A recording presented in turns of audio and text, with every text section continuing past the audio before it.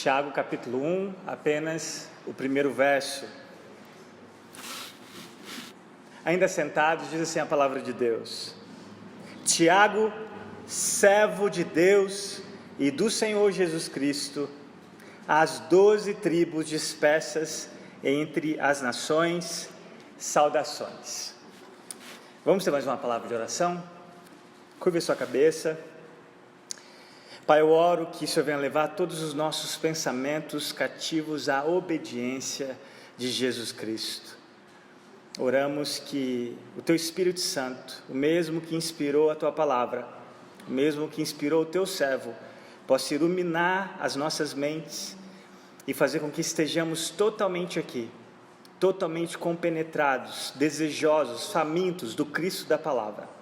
É no nome dele que nós oramos, agradecidos pelo privilégio que nós temos de ouvi-lo e de termos a graça e a condição de colocá-la também em prática. É no nome dele que nós oramos, Pai. Amém.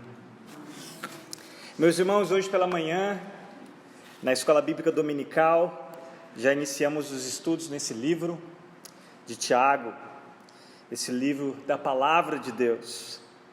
E durante os dias da semana, eu não sei se você já teve a oportunidade de ouvir o áudio que eu compartilhei no grupo do WhatsApp da nossa igreja. Ali eu mandei também uma relação de versículos, ou seja, semanalmente, na verdade diariamente, de segunda a domingo, você vai ter um versículo, e esse versículo ele não é solto, esse versículo tem a ver com o que nós vamos ouvir no domingo que vem, na exposição no domingo à noite. Tem a ver do que nós vamos conversar na EBD no domingo da manhã. Então eu gostaria que você se dedicasse a isso. Pelo menos uma vez na semana, separasse aquele versículo para você estar lendo, orando, especialmente com a referência que eu coloquei também junto em Tiago, porque a temática gira em torno do que nós vamos ouvir no domingo da manhã e no domingo à noite, juntamente com esses outros versículos de outras partes da palavra de Deus. Lembrando que aqueles que participam no domingo da manhã, o que você ouve no domingo da manhã não é necessariamente o que você vai ouvir no domingo à noite, e vice-versa. Nós sabemos que na EBD nós temos a oportunidade de perguntar, de comentar. No domingo à noite é uma outra temática e é uma exposição onde vocês ouvem, diferente da EBD. Mas eu gostaria de incentivá-los, encorajá-los a participarem no domingo de manhã, assim como vocês também têm sido assíduos nos domingos à noite. Então, eu repito, o que eu vou falar no domingo da manhã vai ser diferente do que vocês vão ouvir à noite. Então, se você quer aprofundar nesse texto, se você quer amar mais a palavra de Deus, se empenhe para participar tanto no domingo da manhã, quanto estar aqui no final do domingo à noite. E hoje eu irei utilizar essa saudação como uma introdução a esse livro, que eu acabei de ler, essa saudação no primeiro versículo, aí no primeiro capítulo de Tiago. E eu quero fazer uma introdução geral e algumas considerações iniciais, o porquê esse livro ainda é relevante, o porquê esse livro ainda é necessário ser ensinado, ser vivido nas nossas igrejas contemporâneas. Então, como você leu comigo na sua versão, Tiago abre dizendo o nome dele, Tiago. E no grego, Jacobos. Em algumas traduções, você vai encontrar também o nome dele transliterado, que é Jacó. Ok? Algumas traduções modernas ou antigas, você vai ver como Jacó. Tiago, esse Tiago, era o meio-irmão de Jesus. Não é o Tiago, Alfeu, nem o Tiago, irmão de João. Esse é o meio-irmão de Jesus. Você vai ver isso lá em Marcos, no capítulo 6, no versículo 3, com referência a esse Tiago. Esse Tiago também é irmão de Judas, não Judas o Iscariotes. O Judas, o mesmo autor dessa carta que você tem antes da último livro da Bíblia, que é o Apocalipse. Se você olhar na sua Bíblia, você vai ver uma epístola de Judas, que também era meio-irmão de Jesus e irmão de Tiago. É esse Tiago que nós estamos vendo aqui, certo? E Tiago, inicialmente, é interessante que ele rejeitou Jesus como verdadeiramente Deus, verdadeiramente homem. Se você ler lá em João, no capítulo 7, o evangelista vai dizer no versículo 5, que nem mesmo seus irmãos criam nele, e Tiago estava nesse grupo de pessoas que não creram em Jesus. mas pela graça de Deus, mais tarde ele creu. Não só creu, como testemunhou lá em 1 Coríntios, no capítulo 15, o Cristo ressurreto. E com isso, ele se torna um dos líderes chaves da igreja de Jerusalém, sendo chamado de uma das colunas daquela igreja. Você pode checar isso lá em Gálatas, no capítulo 2, no versículo 9, juntamente com Pedro e João, as colunas daquela igreja em Jerusalém. Tiago também foi aquele porta-voz que ele transmite aos cristãos até então da época, aquele primeiro concílio da igreja de Jerusalém, aquele assunto que debateu comer ou não comer alimentos sacrificados a ídolos. Você pode checar lá em Atos, no capítulo 15, no verso 13 ao 21, quanto à decisão nesse assunto. Tiago foi o porta-voz. E, meus irmãos, é uma das características que eu gosto de ouvir acerca de Tiago, que ele era conhecido como o justo. Tiago, o justo, porque a vida piedosa daquele homem. Tiago era um homem devoto, tanto é que alguns historiadores chamavam de Tiago o joelhos de camelo. Sabe por quê, meus irmãos? Porque Tiago orava muito numa posição de joelhos, e por ele ficar, alguns acreditam que até 10 horas por dia orando, fazia com que criava calos nos seus joelhos, e nessa região tão ressequida que parecia joelhos de camelo. Daí dá para nós termos uma ideia da devoção desse homem, do amor a esse homem, e sem dúvidas ele tem autoridade para falar acerca de oração, e é um dos temas que nós vamos ver na sua carta. A tradição diz que Tiago ele foi morto por causa da sua fé. Josefo, um historiador judeu, diz que, segundo a tradição, ele foi empurrado do pináculo do templo em Jerusalém, embora essa informação ainda nem todos sabem se é ou não segura, mas é provável que ele tenha morrido por causa da sua fé como um mártir. E a igreja que se desenvolvia na época, sem dúvidas, com a morte desse homem, perdeu um grande líder, perdeu um homem de Deus, um exemplo de piedade, um exemplo digno de ser imitado. Esse Tiago, que agora nós sabemos quem é, olha que interessante a maneira com que ele dá continuidade ao abrir essa carta, ao falar de si mesmo. Olhe comigo aí na sua Bíblia. Tiago, servo de Deus e do Senhor Jesus Cristo.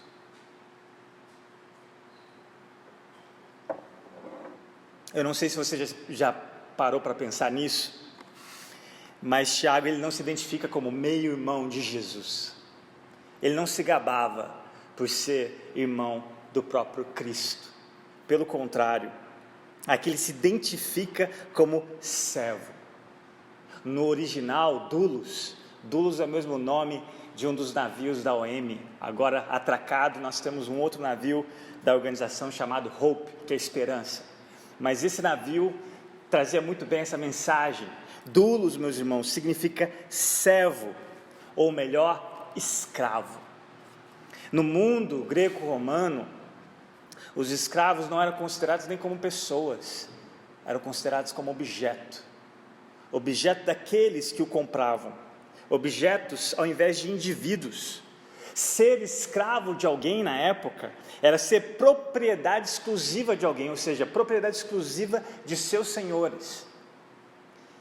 Um especialista na língua grega, ele diz o seguinte, abre aspas, em relação a esses escravos, a esses servos, exatamente como Tiago se identifica. Olha o que o especialista disse, aspas, a obediência era a tarefa,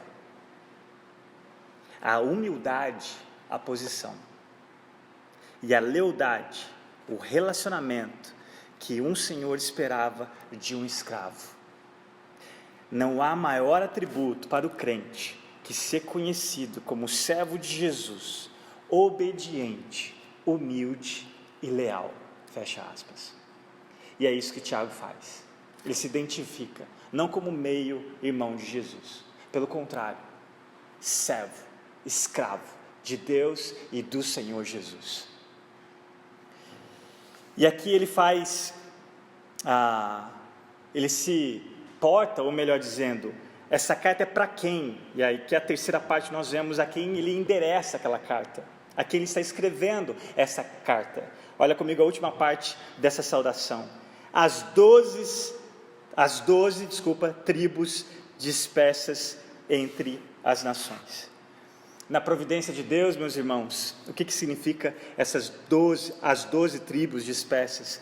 Pela providência de Deus, no capítulo 8 de Atos, houve uma perseguição dos cristãos depois da morte de Estevão. E aqui eles são dispersos por toda parte do Império Romano, quando aquele homem foi martirizado. E é por isso que Tiago abre o livro não como alguém especial.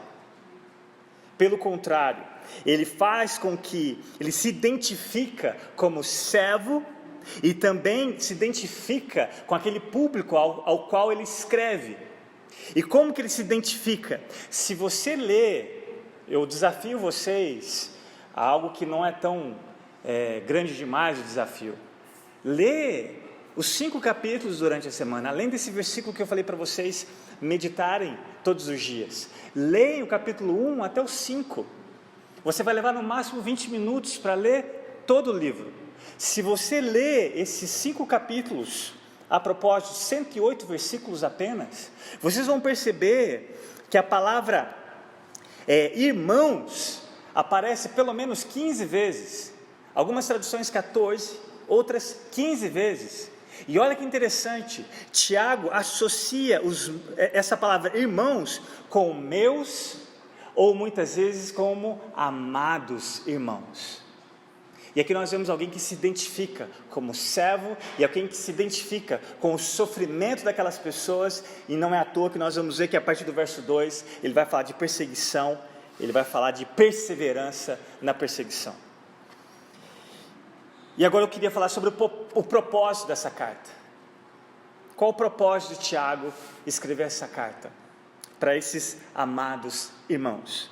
Tiago, com a sua devoção, que nós já vimos, conhecido como joelhos de camelo, ele faz algumas declarações diretas. Ele não faz rodeios. Tiago é muito direto. Muito direto.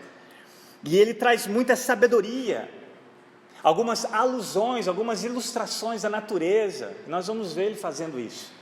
Alguns estudiosos consideram que a carta de Tiago é como se fosse o Provérbios do Novo Testamento, por causa dessa sabedoria. E não só pela sabedoria, não só por ser direto nas suas ordens, ele também traz citações e alusões do sermão de Jesus, do Sermão do Monte, Mateus 5, 6 e 7. Isso é algo que quando você lê com isso em mente, você vai perceber de maneira clara que ele faz isso intencionalmente. E este livro tem uma ênfase absolutamente prática. Esses 5 capítulos, ele tem uma ênfase absolutamente prática. Ele enfatiza não só um conhecimento teórico, mas um comportamento piedoso, um conhecimento que não só influencia a sua mente, mas que influencia o seu coração, as suas afeições e te leva à prática. É razão, afeições e ação. Um comportamento piedoso que te leva a ser uma pessoa que pratica o amor pelo próximo. E esse é o propósito da carta. Tiago deixa isso claro. E outra coisa, Tiago escreve com um desejo apaixonado de que seus leitores fossem firmemente obedientes à palavra e não apenas ouvintes. Esse é o desejo do coração desse autor. Escrever 108 versículos com o desejo de que todos aqueles que iriam ouvi-la colocassem em prática. Um amor em prática. E nós vamos ver alguns detalhes disso, especialmente do que nos leva a colocarmos esse amor em prática, o que ele espera dos seus ouvintes. E a pergunta que eu gostaria de responder é: por que o livro de Tiago ainda é relevante nos nossos dias? Um dos grandes problemas, meus irmãos, que a igreja estava enfrentando quando ele escreve, a gente vai perceber isso, também não é novo nos nossos dias. Tiago estava indo contra aquilo que eles professavam, mas não praticavam. Eles sabiam muito bem o que deveriam fazer, mas não faziam. E isso não é novidade nos nossos dias, não é verdade? A vida, ela não é divorciada da teologia. Alguns acreditam que quanto mais você conhece a Deus, ou conhece teologia, isso esfria a sua fé. Pelo contrário,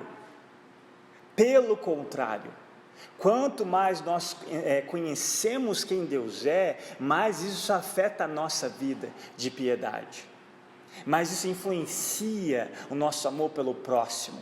Se você diz conhecer a Deus e não ama o seu próximo como a ti mesmo, tem alguma coisa errada nesse conhecimento que você tem de Deus. E Tiago, ele traz isso, que a teologia não é divorciada da prática. Esse é um problema contemporâneo. E há pelo menos, eu queria deixar aqui, 3 razões principais para você estudar esse livro, para você devorar esse livro, para você orar, tanto nos versículos semanais, tanto na sua devoção pessoal acerca desse livro. Primeira razão, estudarmos o livro de Tiago para examinar a relação entre fé e obras. Um assunto que dá muito pano para manga, não é verdade?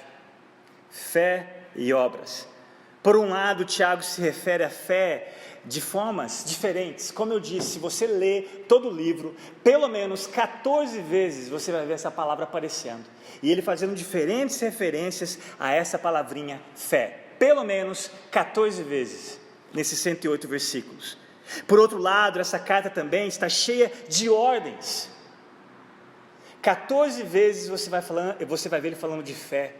E ele vai dar ordens, pelo menos 50 imperativos em 108 versículos.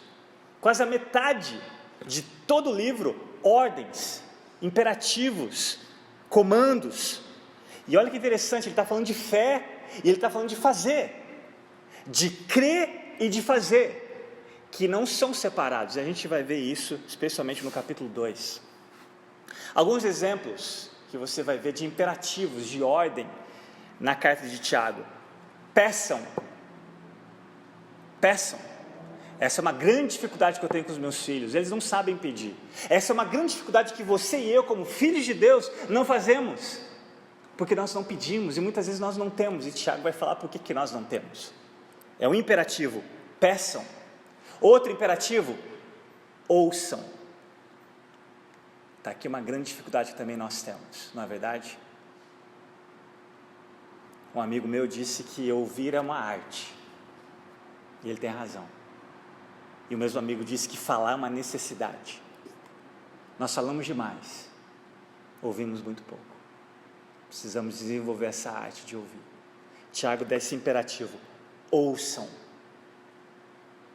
Outro imperativo, aproximem-se, humilhem-se, pensem. Olha que interessante, pensem. Essa é uma ordem que ele dá, e ele encerra dizendo, lembrem-se. Alguns exemplos de imperativos. E a obediência, ela está em toda parte nesse livro. Tiago espera que diante dessas ordens, desses comandos, haja essa disposição em nós de obediência. Obediência. Um comentarista escreveu o seguinte em relação a esses imperativos, abre aspas: o uso frequente de imperativos é uma indicação de que o escritor é uma pessoa que fala com autoridade e que exige o respeito dos membros da igreja. Ao mesmo tempo, ele demonstra uma preocupação pastoral, carinhosa, por aqueles a quem se dirige. Fecha aspas. Vivemos em uma época, meus irmãos, que assim que nós falamos de obediência, falamos de imperativos, falamos de ordens, logo as pessoas já falam que você é legalista. Logo as pessoas já usam sinônimos de fariseu. Não, meus irmãos. Quando nós lemos Tiago, ele vai dizer que sim, nós precisamos fazer, nós precisamos obedecer. E não é legalista quem obedece. Pelo contrário, é servo, que ouvir é obedecer. Muitos cristãos, muitos evangélicos têm uma teologia que eu chamaria de Zeca Pagodinho. Deixa a vida me levar, vida leva eu. Não, meus irmãos, o Espírito Santo não é o Espírito Zeca Pagodinho. Você conhece a palavra e você vive, você coloca isso em prática, você não deixa ele te levar. Não, isso não é bíblico, não é bíblico. Muitos, às vezes vão para o outro extremo, temos que fazer e viram ativistas, são quase os socialistas evangélicos. Não, meus irmãos, nós precisamos do equilíbrio, e Tiago nos ajuda a ter esse equilíbrio. Você não apenas ouve a palavra, você a pratica. Se você não fizer isso, ele vai dizer que a sua fé é morta. Sua fé é morta. Quando você conhece algo que Deus espera que você faça, Ele é quem te dá condição para fazer isso, e quando você não faz, na verdade você continua morto, espiritualmente falando, no máximo religioso, no máximo. E obviamente devemos ter o cuidado de entender a relação de fé e obras, de maneira bíblica, equilibrada. Lá no capítulo 2, dos versos 14 a 26, nós vamos ver isso, como isso é desafiador. No entanto, guardem que há uma relação sim, de fé e obras.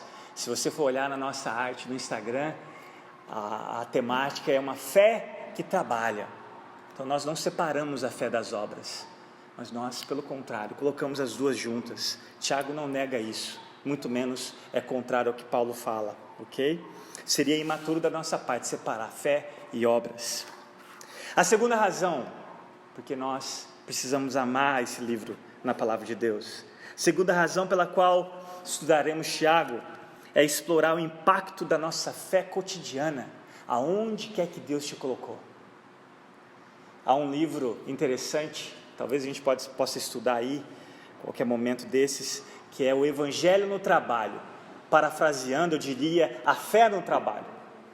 O livro de Tiago nos leva a isso, a uma fé pessoal, que nos leva a provocações práticas, a fazermos a diferença onde Deus te colocou, a diferença contra qualquer coisa que é contrária a esses valores que você conhece, essa fé que você professa. E Tiago também vai abordar algumas questões práticas, como provações, pobreza, riqueza, materialismo, favoritismo, justiça social, a língua, fazer planos, e é óbvio, como nós já vimos acerca dele, oração, e até mesmo quando nós estamos doentes, e outras coisas. Olha a riqueza desse livro. Se você ler de novo, como eu mencionei, todos os versículos, você vai perceber que às vezes Tiago muda de uma questão para outra, e isso dificulta um pouco para a gente conhecer a estrutura. Você que gosta de saber como que funciona a estrutura de um livro, Tiago parece que às vezes ele muda de pato para ganso, mas não é. Se você ler com muita atenção, você vai ver que tudo que ele está querendo fazer é exatamente isso. Se a gente pudesse resumir todos os 5 capítulos, como a fé afeta não apenas os detalhes de nossas vidas, mas também a vida das pessoas ao nosso redor, tanto local quanto globalmente falando. Essa é a preocupação de Tiago, como que a sua fé afeta não só a sua vida, no seu particular, mas todos à sua volta, todos numa sociedade, numa cidade, e até mesmo num país, e até mesmo no mundo. Um autor, o mesmo autor que eu mencionei do Evangelho no Trabalho, ele diz algo interessante acerca do que Tiago diz da fé. Ele diz assim, abre aspas, ao contrário de muitos outros livros do Novo Testamento, o objetivo de Tiago não é fazer uma apresentação teológica do Evangelho. Em vez disso, ele escreve seu livro para aqueles que já acreditam no Evangelho, e seu objetivo é ajudá-los a viver fielmente como seguidores de Jesus. Fecha aspas. E terceira e penúltima razão de nós estudarmos esse livro. Eu estou tentando ser o mais breve possível, porque eu sei que vocês têm uma surpresa e eu não quero estragá-la. Terceira e não menos importante razão Talvez a mais urgente, meus irmãos, no que diz dentro desse contexto eclesiástico ou contexto das nossas igrejas, não só no Brasil, acredito que no mundo. Nós vivemos numa época em que o mundanismo, ele está dentro das igrejas. Eu não vou dizer ele está entrando, ele já está dentro das igrejas. Paul Washer uma vez fez uma declaração fenomenal. Ele falou que no livro do Peregrino, quando o peregrino vai na Feira das Vaidades, Paul Washer diz que a Feira das Vaidades agora não está mais fora das quatro paredes da igreja, ela se encontra dentro das quatro paredes da igreja.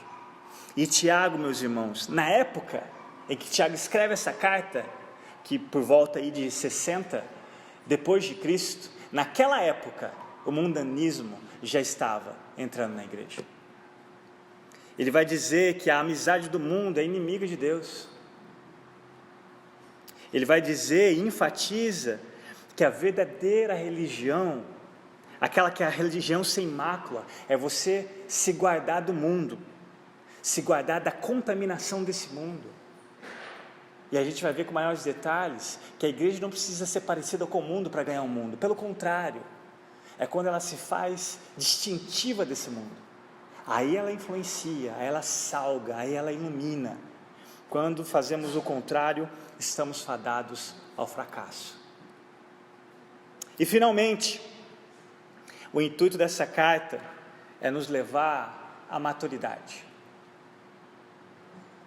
Tiago quer que nós nos tornemos maduros. Um comentarista disse que o tema central da carta de Tiago seria, abre aspas, o nascimento espiritual, o crescimento espiritual e a maturidade espiritual do cristão. Nem todo mundo envelhece, nem todo mundo que envelhece, meus irmãos, cresce. Eu diria que idade não é sinônimo de maturidade. Tem pessoas com 40 anos, 50 anos, pensando, sentindo e agindo como meninos. Tem pessoas com 40, 50 anos pensando, sentindo e agindo como meninas. Idade nunca vai ser sinônimo de maturidade. E assim nós podemos trazer nesse contexto espiritual. É por isso que sinônimo de maturidade espiritual é o amor. É quando você ama de maneira sacrificial. É quando você se alegra com o outro, mesmo quando ele tem os dons e os talentos que você não tem. É quando você se alegra com o outro, quando ele faz algo e recebe os parabéns, e você não fica como uma criança mimada, que parece que alguém pegou o seu brinquedo. Maturidade espiritual, meus irmãos, é algo que você e eu precisamos querer. É algo que nós precisamos desejar. E o nosso alvo não é ser parecido com fulano e nem com cicrano. O nosso alvo, e Tiago quer trazer esse alvo, é Cristo Jesus. É muito fácil você talvez se comparar com Beltrano e fulano. E aí você faz de maneira até arrogante, né? Eu sou ruim, mas o fulano é pior do que eu. Meus irmãos, o nosso alvo é Cristo Jesus. Ele é o nosso alvo. Ele é o nosso modelo de maturidade. E ninguém se humilhou como Ele. Ninguém foi servo como Ele. Ninguém se entregou como Ele. Ninguém amou sacrificialmente como Jesus. Ninguém influenciou com a sua vida como Jesus fez. E esse é o alvo de Tiago como meu irmão de Jesus. Nos levar à maturidade. Cristãos maduros são cristãos felizes. Cristãos felizes são cristãos contentes. E quando eu falo contente, é satisfeito com o que eles têm. Eles não são gananciosos, Tiago vai falar disso. Eles são satisfeitos com o que eles têm. Eles estão satisfeitos com quem eles são. Eles sabem quem eles são em Cristo. Eles são satisfeitos com a identidade que eles encontram em Cristo, e não o que as pessoas pensam a respeito deles. Cristãos maduros são cristãos úteis. Eles não só ouvem sermões, eles querem servir. Eles não são consumistas, mercadores de uma fé. Eles querem participar do que Deus está fazendo no mundo. Cristãos maduros são aqueles que ajudam, aqueles que encorajam os desencorajados. aqueles que se alegram com os que se alegram, aqueles que choram com os que choram. Cristãos maduros são aqueles que se entristecem quando alguém, mesmo que eles não conheçam, blasfemou ou foi no noticiário, blasfemou contra o nome de Deus porque um pastor ou um líder caiu. Ele não se alegra com isso, e nem se alegra quando o seu inimigo cai, ele se entristece. Isso é um cristão maduro. E ao estudarmos Tiago juntos, com a graça de Deus, aprendemos juntos, eu desejo que nós venhamos a amadurecer juntos, a ponto de nos identificarmos como servos de Deus, como servos de Jesus Cristo, nosso Senhor. Amém, meus irmãos? Vamos orar. E em sequência vamos passar para o segundo momento desse culto de adoração ao Senhor, ao celebrarmos a Santa Ceia. Curva a sua cabeça, ore comigo. Pai amado, nós queremos te agradecer pelo privilégio que nós temos de conhecer a Tua Palavra. Nós queremos te agradecer por essa carta pequena, mas tão necessária nos nossos dias. Pedimos, Senhor, que Teu Espírito Santo diariamente venha nos levar ao compromisso de refletirmos acerca dos versículos que nós temos para leitura e meditação, que nós venhamos estar, todos nós, engajados e desejosos para que no domingo pela manhã possamos conversar e aprender mais acerca desse livro, que no domingo à noite possamos estar com os corações preparados pelo Senhor para recebermos essa boa semente, para colocarmos em prática. E Pai, que não seja mais uma série de mensagens, mas que seja realmente uma mudança, um marco nas nossas vidas. Leva-nos a desejarmos a maturidade espiritual. Leva-nos a entender de fato que é sermos escravos do Teu Filho Jesus. Leva-nos, Pai, a sermos mais unidos. Pai, que alegria poder saber que daqui a pouco, depois dessa Santa Ceia, nós vamos continuar celebrando como corpo. Nós vamos poder, de maneira informal, confraternar, ter uma confraternização, celebrando, Senhor, esse dia do pastor, mas sem dúvidas, lembrando que é o bom pastor que nos dá esse privilégio. Muito obrigado, Pai. Obrigado pelas pessoas que de antemão prepararam essa surpresa, prepararam esses alimentos. Pai, é uma alegria, e é interessante que eu estava orando, pedindo ao Senhor por uma oportunidade como essa, de confraternização informal. Mal eu sabia que eles iriam fazer isso hoje, e eu quero dar ao Senhor toda a honra, toda a glória, todo o louvor, por todo esse carinho, Pai, que eu sei que é imerecido, mas eu te agradeço pela Tua igreja nesse sentido. E eu oro, Pai, eu oro que a Tua palavra seja o nosso principal alimento, que a Tua palavra seja a nossa maior alegria e nos dê a condição, o desejo de vivê-la, para impactar os nossos lares, as nossas vizinhanças, a nossa cidade e, Pai, desejosos também de influenciar o nosso país. Muito obrigado, Senhor, no nome precioso de Jesus, pela Tua palavra. Amém.